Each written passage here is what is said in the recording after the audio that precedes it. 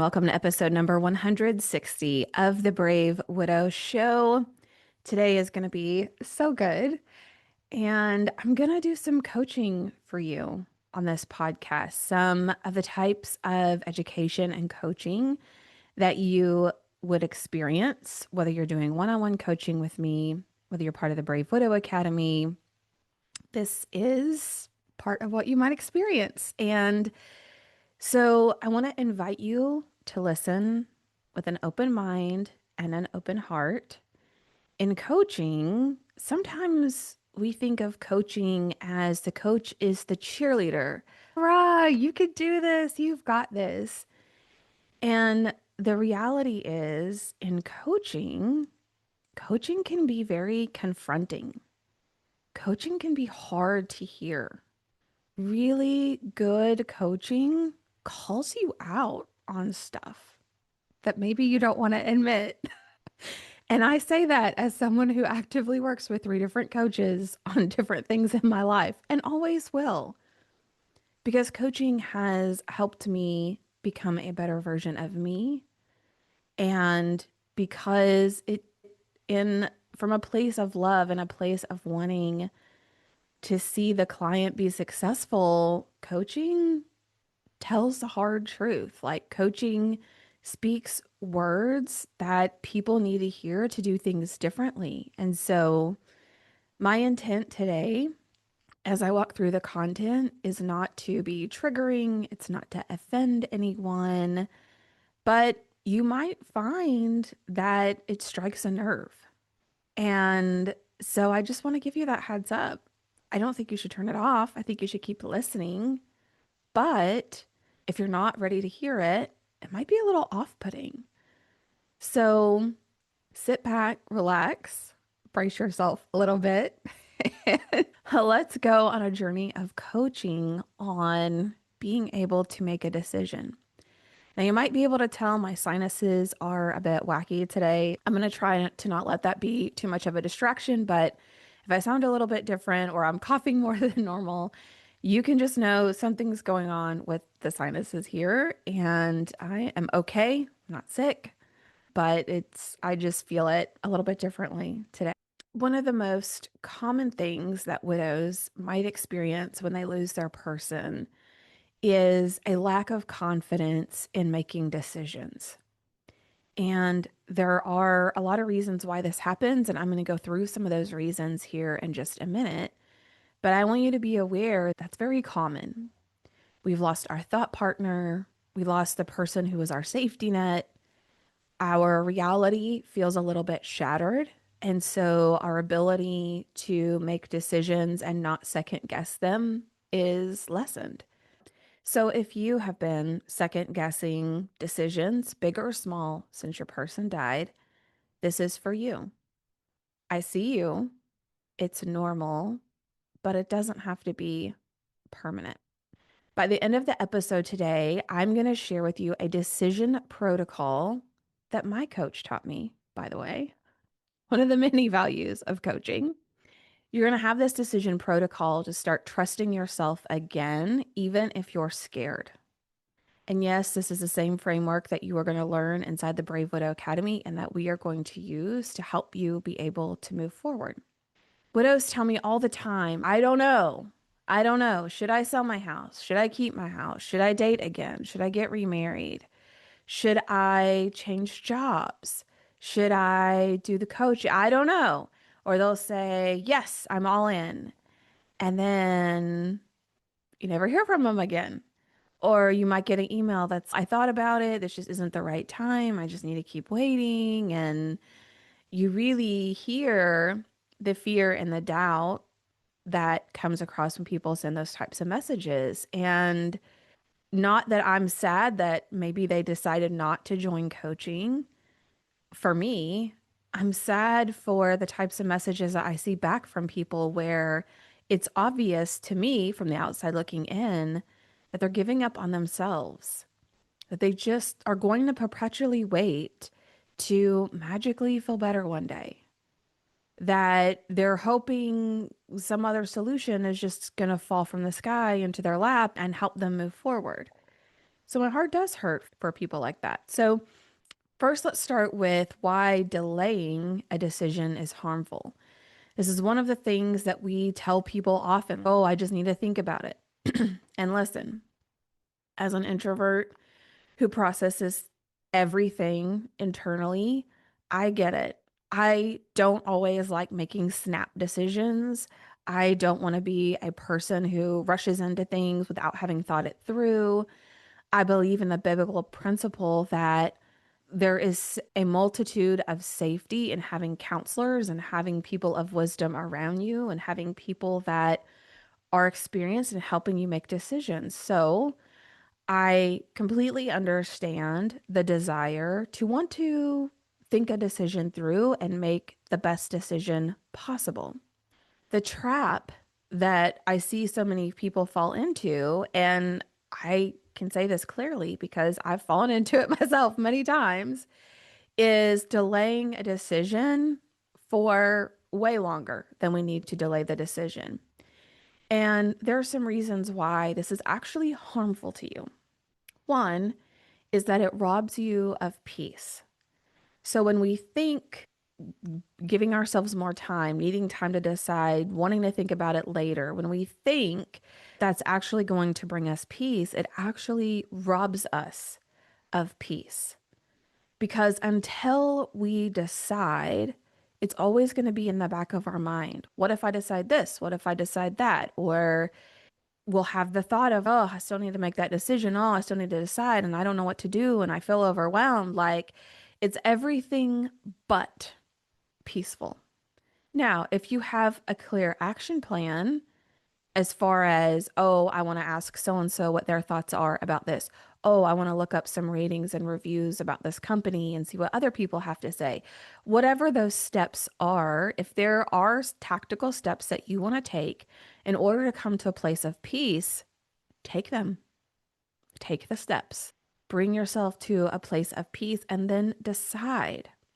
So many of my clients will spend more time trying to decide what to do or trying to decide that they're ready than the task actually took them to do, than the thing actually took them. And if you're a procrastinator, you know this very well, right? Like you procrastinate, you put things off, you don't want to deal with it, and it ends up taking you like 15 minutes, and the time it's taken up in your mind has been about 3 hours because you're constantly like, I don't want to do that. I don't want to think about it. It robs you of peace. Number two, why delaying a decision is harmful is that it prolongs the time for you to take any action. So, whether you're deciding, like, I want to join the academy, whether you're deciding, I want to sell a house, buy a house, I want to get a new car, whatever it is, the longer it takes you to make a decision, the longer overall it will take you for you to see a result. Number three, why delaying a decision is harmful. Delaying your decision is actually making a decision. And that decision might be, I'm going to wait. The decision might be, I'm not going to do that. The decision might be a variety of things. But by deciding to wait to make a decision, you've made a decision to wait to make a decision. Are you with me? It's crazy. I know. I have several clients. This is really interesting. So I've been coaching now for a couple of years in the grief space. And in the past few months, I have particularly been coaching a handful of widows through house buying and house selling, and widows who they ultimately want to buy and sell a house, but get caught up in the spiral of all the decisions. And am I really ready to do this? And could I find another house that I like? And what if that house isn't as good as this house? And so we spend a lot of time coaching through this thought spiral. Think of it as spinning your wheels. You're thinking, worrying, trying to decide, you're waffling back and forth, and you're not getting anywhere. It's okay. Of course. I've been there. I totally get it. Why it's hard to make a decision. But the longer you allow yourself to stay there, And I commend these widows. They have a coach who is helping them to find the traction to be able to move forward. But for a lot of people, they don't. They just spiral and spin their wheels on their own. And so my heart goes out to those people because until they decide to do something different, they're going to be struggling with making this decision of buying and selling a house. And ultimately, by waiting to make a decision, they've decided that they're going to wait. And so it's going to take more time. And they may miss the peak time of buying and selling a house, which is spring and summer typically. So, why do we struggle with this? Why do we just second guess everything? Why, if we were the decision maker before, if we were confident before, why now is it so hard? All right, there are a lot of reasons why going through a traumatic experience like losing your spouse causes your brain to feel all scrambled and causes you to feel that you have lost your confidence. So, quickly, let's just run through a few of these.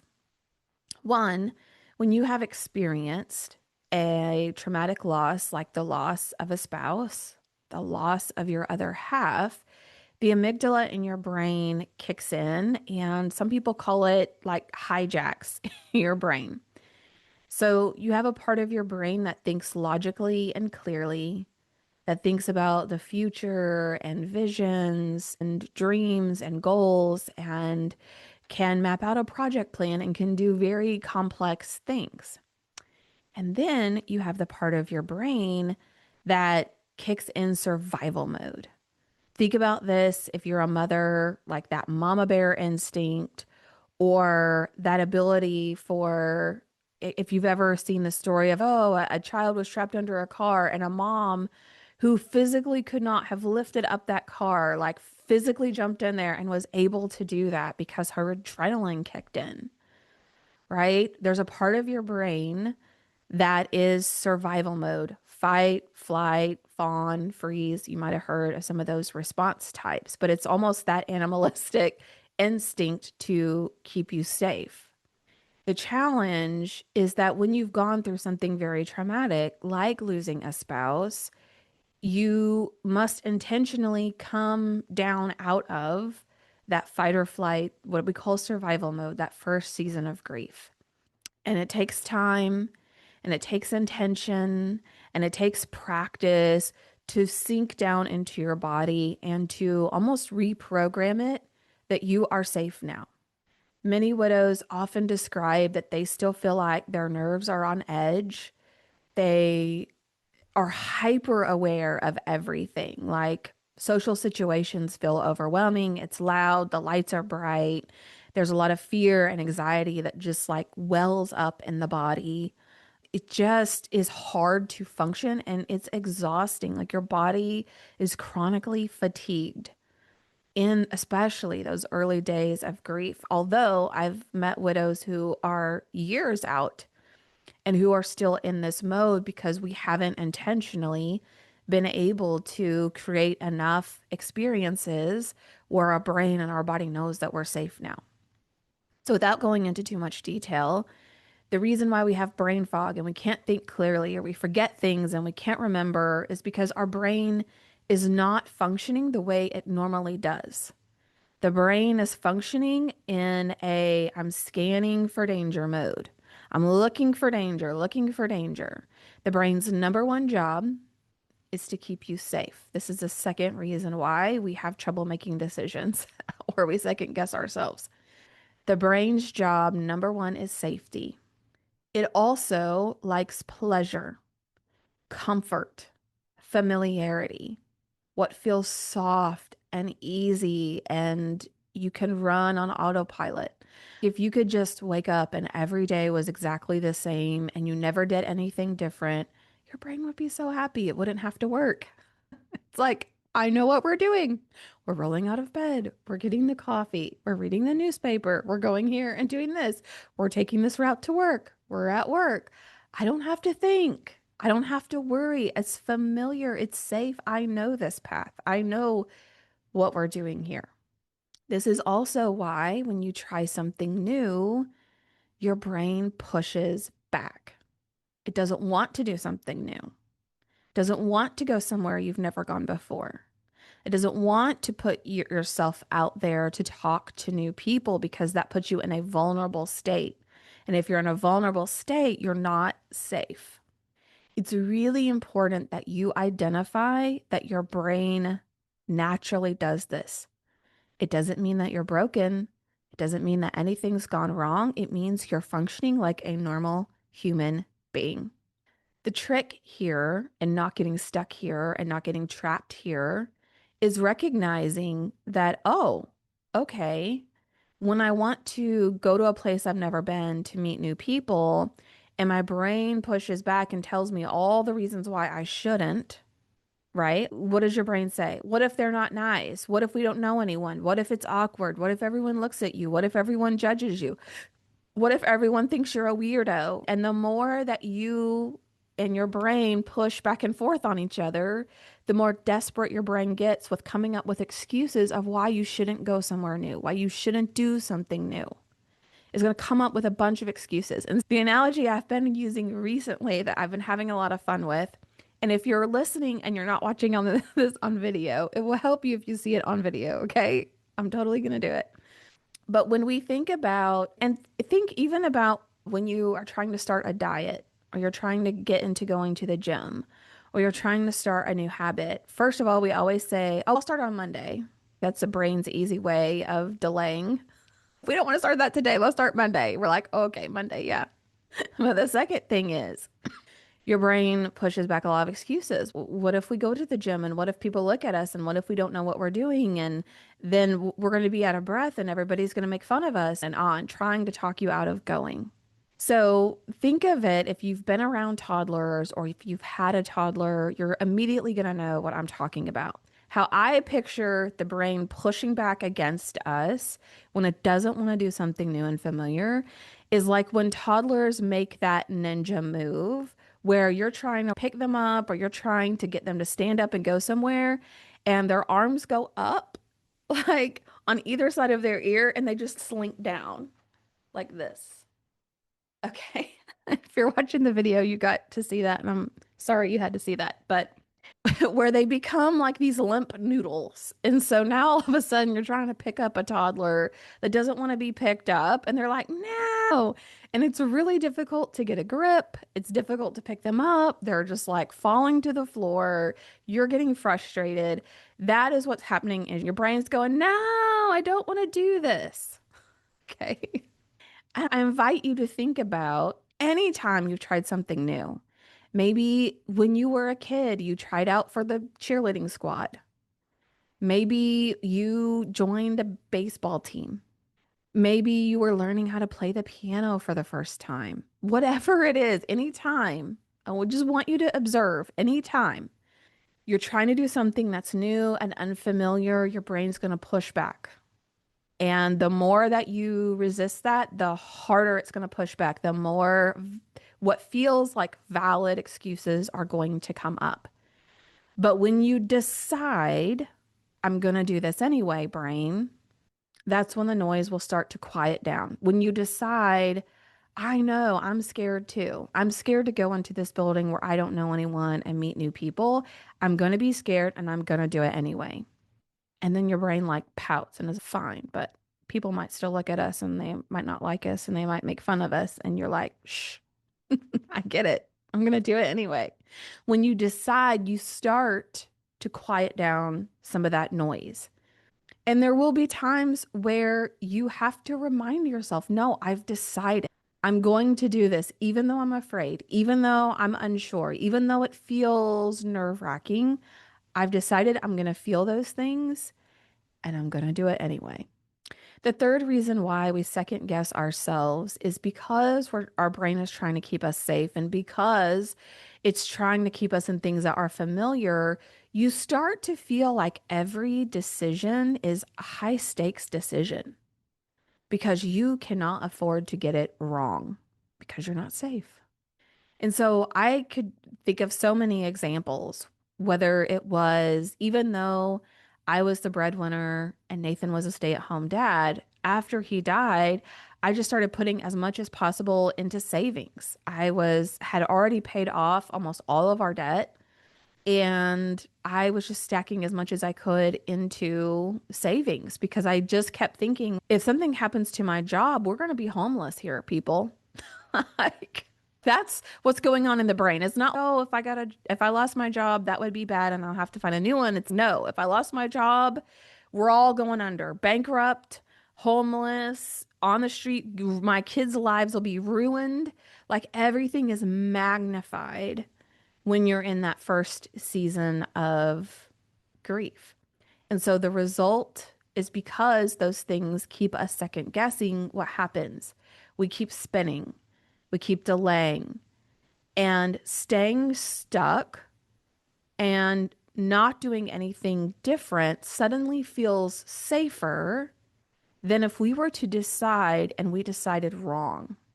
I'm going to say that again because I really want it to sink in. Because you're second guessing your decision, you spin, you delay, and all of a sudden, staying stuck, staying where you are right now feels safer than making a decision where you might choose wrong. All right, I'm going to share with you a story about my hair. And if you've not seen my picture or seen me on video, you may not know I have very curly, naturally hair. And the reason that I'm sharing this story is going to make sense once I get to the end. So hang with me, don't zone out. But I get tons of compliments on my hair. It's curly. It most of the time looks nice. And I get just random compliments whenever I go somewhere. People will always comment on my hair.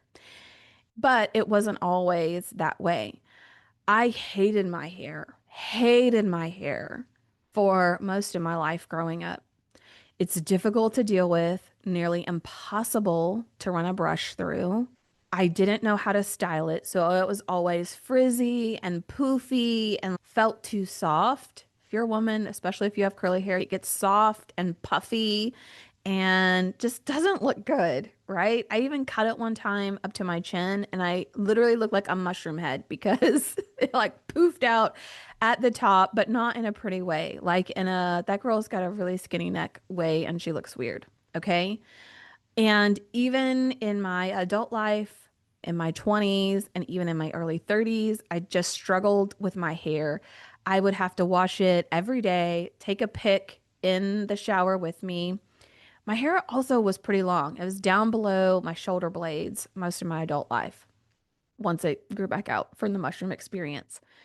But I would take a pick in the shower and have to be in the shower every day, like picking out the tangles of my hair.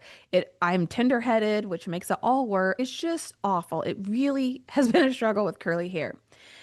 And as I was growing up, YouTube wasn't really a thing. Internet was barely a thing.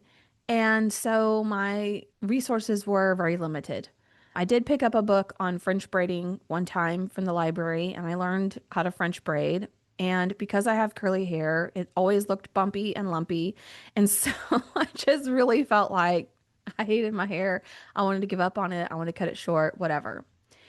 As the internet comes out, social media comes out, as I am really wanting to enhance my professional appearance, we'll say, and decide that I'm sick of being sick and tired of my hair. I'm scrolling through Facebook and I found this class, this course that you could buy for $97. And in the course, this guy, he was a curly hair stylist. He had curly hair and he had lots of pictures of other curly hair whose hair looked like mine. There's lots of different types of curly hair, but these other women, there were lots of people that had curly hair that looked like mine. And I felt confident, oh, he knows what he's doing. And so there was a course, it was like $97, and it came with a Facebook group where people could post pictures of their hair and get feedback from other people about what they could do differently. And so for me, I hesitated at first because I'm like, who spends money to learn how to fix their hair? That's a little bit crazy, right? Who does that? But then I thought about all the hours that I've been frustrated with my hair, all the times that I had a really important meeting or photos that were getting taken or a hot date I was going on with my husband. And I would be crying because I could not get my hair to cooperate and it looked limp or puffy or I just hated it so much. And I'm like, okay, it's 97 bucks. I'm going to pay it and we'll see what happens. So I paid for the course. I watched the videos. I joined the Facebook group. I was like stalking everyone.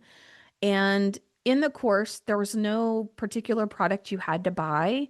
They just taught you about the different types of product, the different ways to apply it in your hair, and just encouraged you to try to be consistent, whatever method you chose, whatever types of products you chose, to be consistent in the time that you applied it because you have to learn over time. A lot of styling curly hair is about feel. Does it feel like seaweed? Does it feel dry and crunchy? Like it's very bizarre. I know. If you don't have curly hair, you do not understand most likely and think I'm crazy. But styling curly hair, it's like a chef tasting food. You have a recipe that you follow, but you also taste it and adjust the recipe.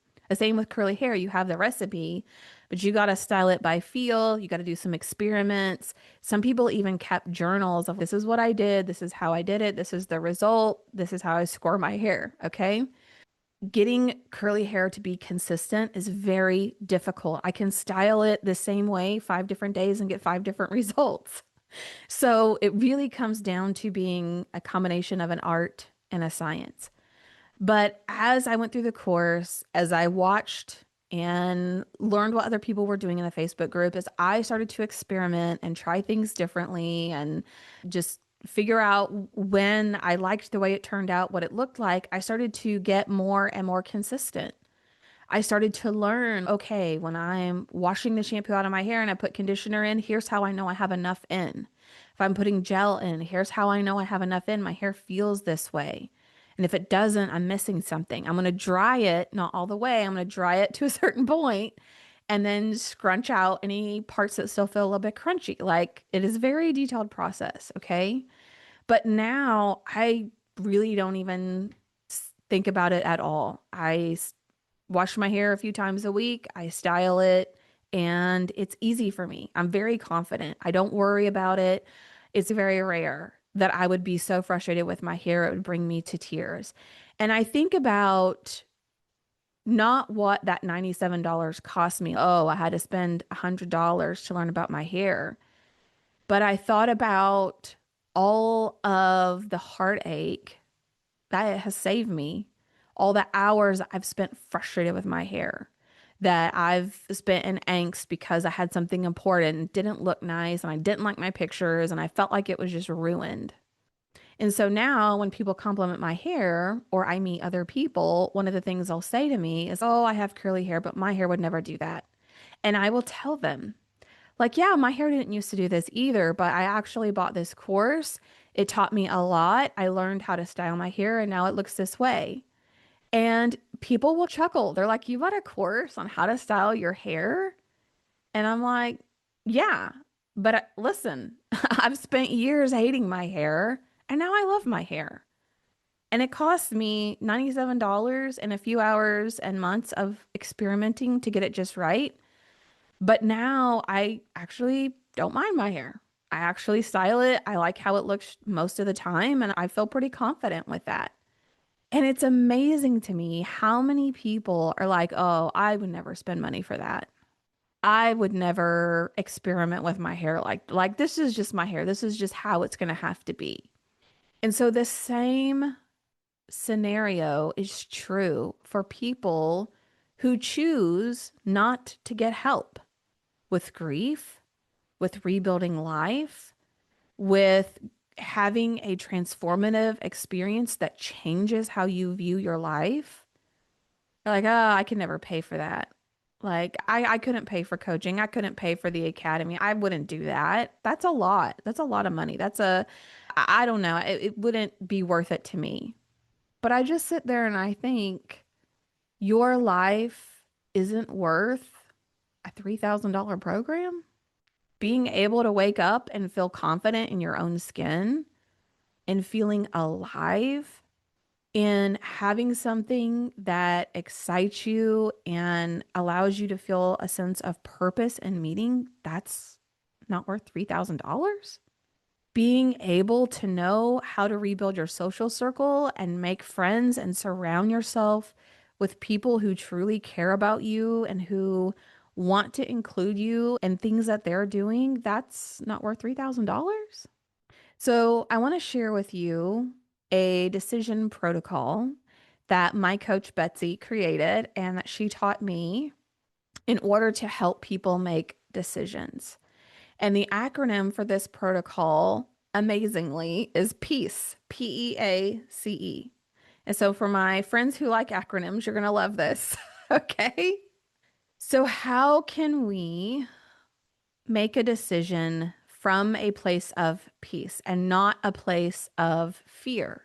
When we make decisions out of fear, it's from a place of lack, from a place of scarcity, from a place of, oh, I'm going to decide wrong and my whole life's just going to go down the drain. A place of peace doesn't mean that you have everything figured out. You know exactly what it's going to look like, but you're at peace that this is the decision you're going to make and that you want to move forward with. And as things pop up that you might not know how to solve or that you weren't expecting, that you feel grounded in the ability that you will figure it out. You don't have to have all the answers. Okay, the decision protocol called PEACE, P-E-A-C-E. P in our PEACE decision protocol stands for priority.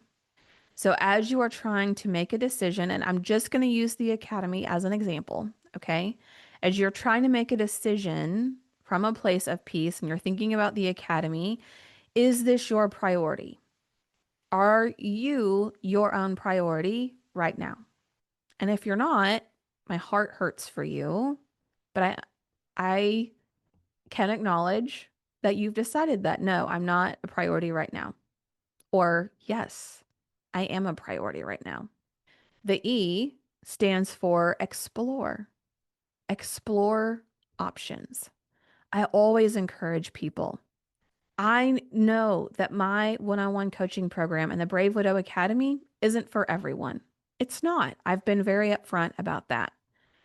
But the E in this acronym is to explore options. So if it isn't this, what is it going to be? And don't say nothing. Because if you're just waiting, you're just going to keep waiting. Nothing is going to change for you. So if it isn't the academy, what is it? Explore other options that are out there for you. A is alignment, alignment of the Holy Spirit with your priority. So if you are the priority, if rebuilding your life is a priority, does that feel in alignment between that priority and what you believe the Holy Spirit or what God wants you to focus on and do? The C in our acronym stands for control. Relinquish control of the outcome. Be still. Listen for guidance, for direction, for that urge in your heart that says, this is for me, or this is the decision that I need to make. And recognize that even though we may feel in control at times, if nothing else, this experience of being a widow allows us to know we're really not in control of anything. We're just not. So relinquish control. E, the last E in our acronym, is to execute. It's to make the decision. So in our PEACE acronym, we have P, priority, E, explore options, A, alignment between the Holy Spirit and your priority, C, control, relinquish it, and E, execute or make the decision. Here's what I want you to hear from me. It's okay for you to want more, for you to want connection, purpose, coaching, a life that you can enjoy. It doesn't mean you're betraying your person. It doesn't mean that you're moving on, that you forgot about them, or that you are being selfish for putting yourself as a priority. This isn't being selfish, it is being alive. I also want you to hear that it's okay not to feel confident. You can feel at peace without feeling 100% confident. So let me give you a couple examples. I just coached someone last week on this, and we were talking back and forth. I gave some suggestions for what she could do, and her response to me was, "You're right. I think I need to do this. I just need to wait. I just need to get comfortable with it. And once I get comfortable with it, then I'll do it." And my immediate response was, or you could decide that you're going to feel uncomfortable and you're just going to do it anyway. Why do you have to wait to feel comfortable? And she was like, "Oh man." I said, "This is why I love coaching." Because we tell ourselves things like, "Oh, I'll do that when I feel comfortable. Oh, I'll do that when I feel confident. Oh, I'll wait. And then after I wait this period of time, then I'll feel ready." But here's the thing. In most of our life, we may not ever feel ready. Think about when you got married, when you had your first baby, when you maybe got a promotion at work. Did you feel 100% comfortable, confident, and ready? Probably not. You probably just went for it, even though you might have been scared or nervous or unsure. And that's okay. We still can decide from a place of peace without having to feel comfortable. I think a lot about people in the workspace who quit one job and they go to work for another company, or maybe they work for the same company and they resign from one role and they're going to move into another role. There's always this period of time between when they resigned and before they start the new job where they go through a period of doubt. What if I made the wrong decision? What if this new position is actually horrible? What if I don't like the person I'm working for? What if they go through a layoff and I get let go and I look back and I'm like, "Oh, I shouldn't have left that last company. I should have stayed there." But instead I took the leap. There's always this period of doubt. And oftentimes when I would hire someone in a leadership role who had a long notice period or a long wait period, it might be 30 days, it might be 60 days, I try to stay in contact with them throughout the whole process. Whether it was texting or calling once a week, it was chatting on the phone to see how they're feeling. I reminded them often, "Hey, just so you know, as we're going through periods of change, there's going to be a lot of doubt that comes up and you're going to be second guessing yourself. Oh, am I making the right decision?" And that's normal. And often what would happen is people would make a decision. They would have this period of doubt where they're like, "Oh, I shouldn't have didn't done this. Should I have done this? Is this the right thing? I don't know." And then after their first day in the new position, they feel relief. They're like, "Whew, yeah, I feel good. I'm glad I made that decision."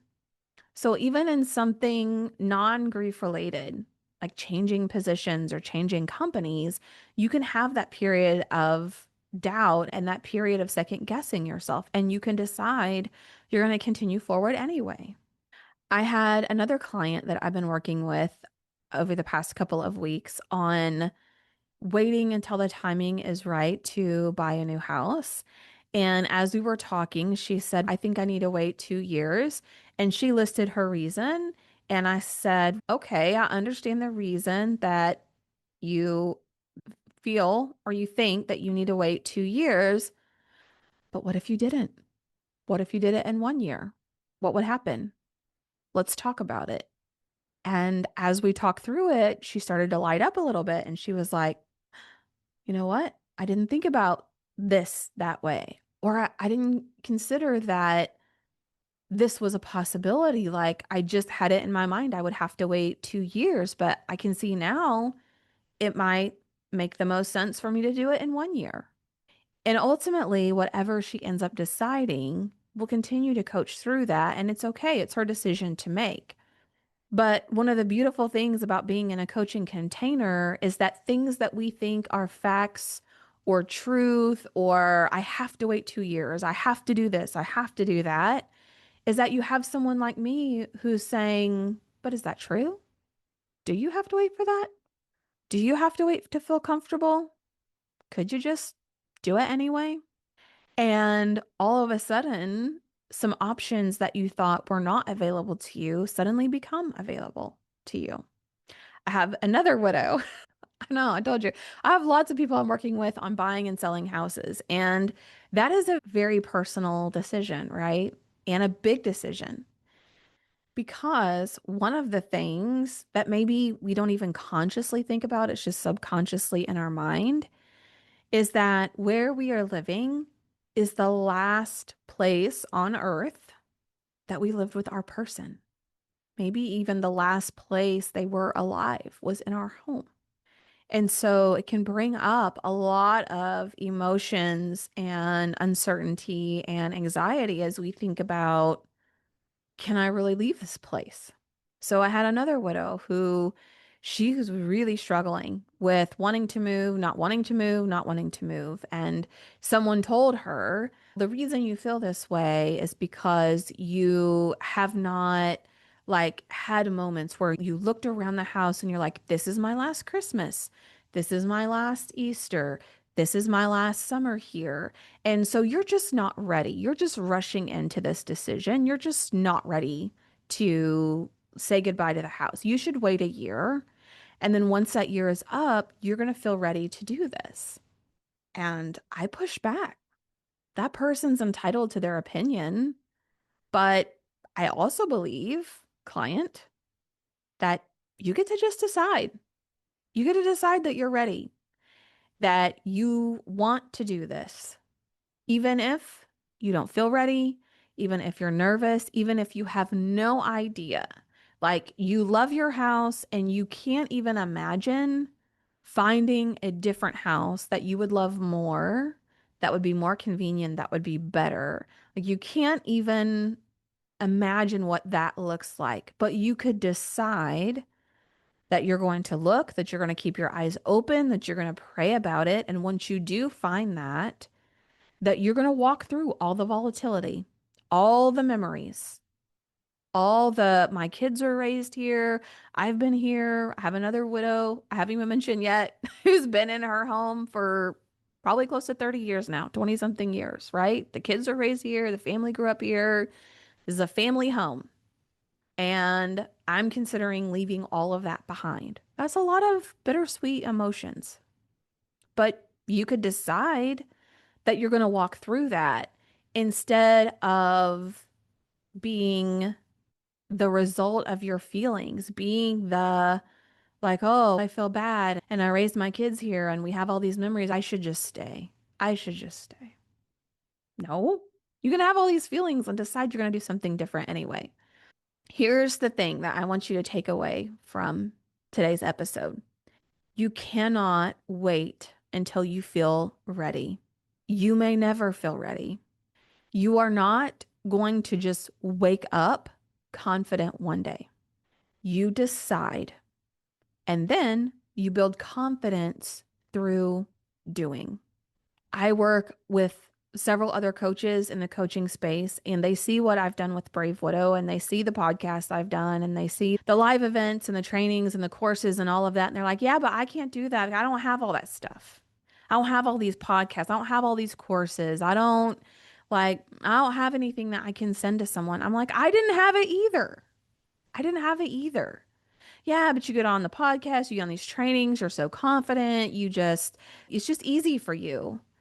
And I'm like, no, it's easy now. Yeah, it is easy now because I went through a year of really hard. I went through a year of publishing a podcast and 7 people listened to it. I like 7 fans. I don't even know if they listened to the whole episode. I went through webinars and live events and zero people would show up and I would do it anyway. And I would coach my little heart out and teach and record and upload. I would do it when people had no clue. You're doing this coaching thing for widows. What do you do? Do y'all just sit around and cry the whole time? Like, how does this work? When people didn't understand, when people couldn't fathom how I left a job as a senior vice president, overseeing thousands of employees to take a totally different career path. When people didn't understand it, people were upset about it. I decided this was my calling. This was the path. This is what I wanted to do. I just decided to do it. And it was hard and it was awkward and it was weird and it was very vulnerable. And for the longest time, maybe the first year even, for me to be able to say the words, I'm a life coach, I just wanted to throw up. Life coach? That's not a real job. And sometimes I still wonder, it's an amazing job. How can this be real? How can this be my life every day? It's amazing. But I didn't post on my LinkedIn. I didn't post on my personal Facebook page because I didn't want people to know because I wasn't confident. I didn't know, is this thing going to work out or not? Am I going to be able to help people or not? I wasn't sure, but I decided anyway. And where the confidence came from is in over 160 podcast episodes, is in hours and hours of teaching content online, of doing lives, where my last live, we had over 7,000 people. Yeah, I can do a live with 7,000 people because I learned how to do it when there were zero people or when there was one person or five people. I'm confident now because I decided and I did the hard thing and I didn't let my brain talk me. I didn't let me talk myself out of it, which I wanted to do. I didn't quit all the times I wanted to quit. My coach, Betsy, will tell you. So many times where I'm like, what am I doing wrong? It's not working. It's not working. And she would just say, success is inevitable. Just keep doing what you're doing, keep being consistent. So now, yeah, I am confident. But 2.5, almost 3 years ago, I was very not confident, but I decided to do it. I decided to be consistent. I decided to keep investing in myself and to keep learning and growing and becoming better at what I was trying to learn how to do. And I still continue that to this day. And the amount of time I've been able to grow, to build a life that I love, to do things every day that I enjoy doing, and to manage my emotions through that, to manage through the big things that we experience in grief. I've been able to do all of that in a shortened amount of time because I decided to invest in myself, because I decided to hire coaches or to join mastermind programs and to get routine feedback from people of what I could do different or better or just be consistent with. If you are a one-on-one coaching client or if you are part of the academy, you are going to stop spinning. You will stop delaying decisions. You will stop getting caught up in all of the mind drama because I coach you through it and how to get out of it. And you will actually start living again. You will make decisions, whether you want to date, you want a different career, you want to move, you want to form friendships. You will learn how to trust yourself again. So, if today's episode has resonated with you, and if you're tired of living in the land of, I don't know, or I need time, I need more time to make a decision, then join the Brave Widow Academy. These are the types of things that we do every single day, every single week. We are going to rebuild your confidence, rebuild your clarity, and your ability to connect with other people. Pre-enrollment is open right now. You can go to bravewidow.com to enroll and listen. If this is feels like a really big decision for you and you want someone to walk side by side with you to help you decide, you can always go to bravewidow.com and schedule a consult. I'll help you identify where you are now in the seasons of grief, exactly the way that I would work with you inside of the academy, and what life can look like on the other side. It's free. Go to bravewidow.com and schedule a consult, and I'll be happy to do that for you. I invite you to imagine how different your life could be if you made decisions with confidence instead of guessing. That is what's possible when you do the work and I would love to help you get there. Let me tell you a little bit about the Academy in case you want to learn more about what to expect, what's in there, why am I making this such a big deal? The Academy is a 6-month coaching program where we meet every week on Mondays from 12 to 2 p.m. Central Time. We record all of the calls. So if for some reason you can't come live or you miss that day, the videos are recorded as well as it's uploaded to a private podcast. So if you're like me and you're a replay king or queen and you like to listen on the go, you're also going to have access to everything audio podcast style, which is awesome. And then I have a curriculum that I walk you through the 4 seasons of grief. So we have our chaos to calm blueprint, things like our self trust system, things like the connection protocol to build relationships. But I walk you through the curriculum every single week so that you can have one clear takeaway of what you're going to focus on that week in order to grow. And maybe it's needing to heal your heart. Maybe it's growing your sense of confidence. Maybe it's going out and meeting new people. Whatever that is, you can easily have one takeaway. Now, this is not a typical group coaching program. This is a very hands-on, high touch, feels weird to say like high touch, concierge, white glove type of experience. So you're not going to be in a sea of other people and not ever get the chance to be coached on our group calls. You also have the ability, I have a way for you to communicate with me every single week. So I know exactly where you are. I know what wins you've experienced. I know what you're struggling with. I know where you are in the things that we're working through. And I will give you personal, private, individual feedback. So it's very similar also to one-on-one coaching where you're going to get personalized feedback so that you don't ever feel lost. You don't feel confused. You know exactly what to be focused on. And I'm there for really unlimited support throughout the program.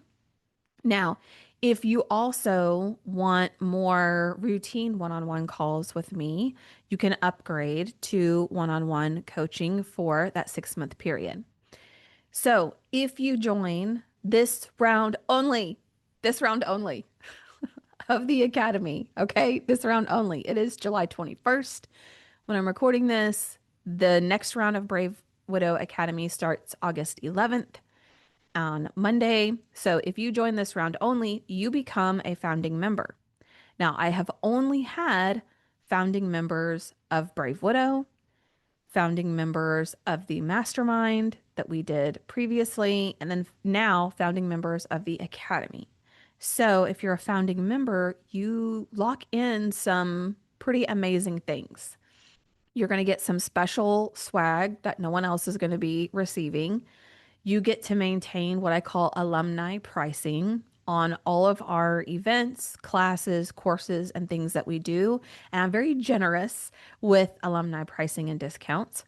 You also will get an invite to what I call the inner circle. So you get to have a voice that helps shape the future of Brave Widow.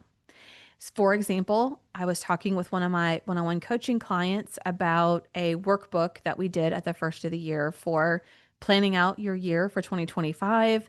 And as we were talking, we came up with this idea of being able to have a workbook for the length of the program. So not only could you journal like where you've started, where you've come, but also all of the things that you've accomplished above and beyond your goals. That was one of her points of feedback was I set these goals at the first of the year, but I've accomplished more than that. And so having a structured way of reviewing the goals that I set, of documenting the things that I've accomplished, plus things that I did that I wasn't even planning on doing just 6 months ago, I would like a way of like just memorializing that. And so that's going to be part of what we do going forward. You also will have early access. So I already have the Brave Widow systems out there. If you love content, you love watching videos, you love listening to content, it's out there. There's no obligation to do that early, but if you just can't wait and want to get your hands on it, you can. You also have early access to a private chat group and some audio drops and behind the scenes things that I'm not doing anywhere else. Okay, you also, if you join this round only, I don't know if I'm going to offer these bonuses in the future. Like, legitimately, seriously, I don't know. I'm still deciding. You will have private one-on-one support throughout this program. Now, we may not have routine calls unless you upgrade to one-on-one coaching, but you will have private messaging app access to me. So 24/7, you can send me a message, written, verbal, video, however you want to do it. And I respond Monday through Friday to that messaging. I normally charge $300 a month just for the messaging app access. So I have included it in here at no additional cost. I also have some bonuses that are going away. They're disappearing because I want you to decide. I want you to take action. I want you to step forward into the version of you who creates the life that you want to live. So to do that, I have tried to make this offer as juicy and as irresistible as possible so that the only reason why you would decide not to do this program or to do the academy is because you decide not to do it. It's not because the value wasn't there. It's not because the offer wasn't good enough or that you needed time to think about it. It's just because you decided you choose not to do it. Okay, so some of the bonuses that are going away in 1 week. So on the 28th at midnight, these bonuses go away. So if you pre-enroll for the academy, you will get an extra group calls throughout the month for pre-enrollment students only. So think of this like open office hours, open coaching, anything you might want help with, you might want feedback on, anything you might be struggling with that you want coaching on. These are open office hour calls that only pre-enrollment students will have access to. You also will get 3 bonus one-on-one coaching calls with me throughout the program if you enroll before the 28th. So you can schedule those one-on-one coaching calls at any point during the program. I recommend at the beginning, the middle, and the end. But hey, they're your 3 calls. You can schedule them anytime, or you can message me and I'll schedule them for you. You also get a chance to win a VIP day with me. And the drawing will actually happen on our first day on August 11th, but we will work together to schedule a time that works best for you. A VIP day is 3 to 4 hours of a private one-on-one coaching session where there are many things that we can work on, but I am going to customize it and tailor it to specifically what would be the most helpful for you. So a chance to win a VIP day with me, that also disappears on the 28th. And then one bonus that disappears on August 4th is an extra month of sessions. So I shared with you this is a 6-month coaching program. If you join before August 4th, it actually becomes a 7-month coaching program. So a whole extra month of sessions by signing up early. All right, if you want to sign up for the academy, the time to do it is during pre-enrollment. That's honestly the best bonuses that I've never offered this many bonuses before. So the best time to join is now, as soon as you're hearing this. And if you are hearing this after we've already kicked off the academy, if you still go to bravewidow.com, you'll see a place where you can join the wait list. And again, I don't know that you're going to have access to these same bonuses. I will probably do one bonus or something to get people to join, but I guarantee nothing with what bonuses might be available to you at that time. I reward people who take action. And one of the ways to do that is by pre-enrolling now. So to pre-enroll, you go to bravewidow.com. And also, if you want to pre-enroll, but you just need to understand a little bit more about the academy, you want a little more hand-holding, a little more space and time to think about it, you can also schedule that free consult with me by going to bravewidow.com. The Brave Widow Academy is open now, and and it's where I help widows just like you move from surviving to living with a proven path, coaching, and a community of other widows who get it. If you're ready to take the next step, go to bravewidow.com/academy to join us. I'll see you on the inside.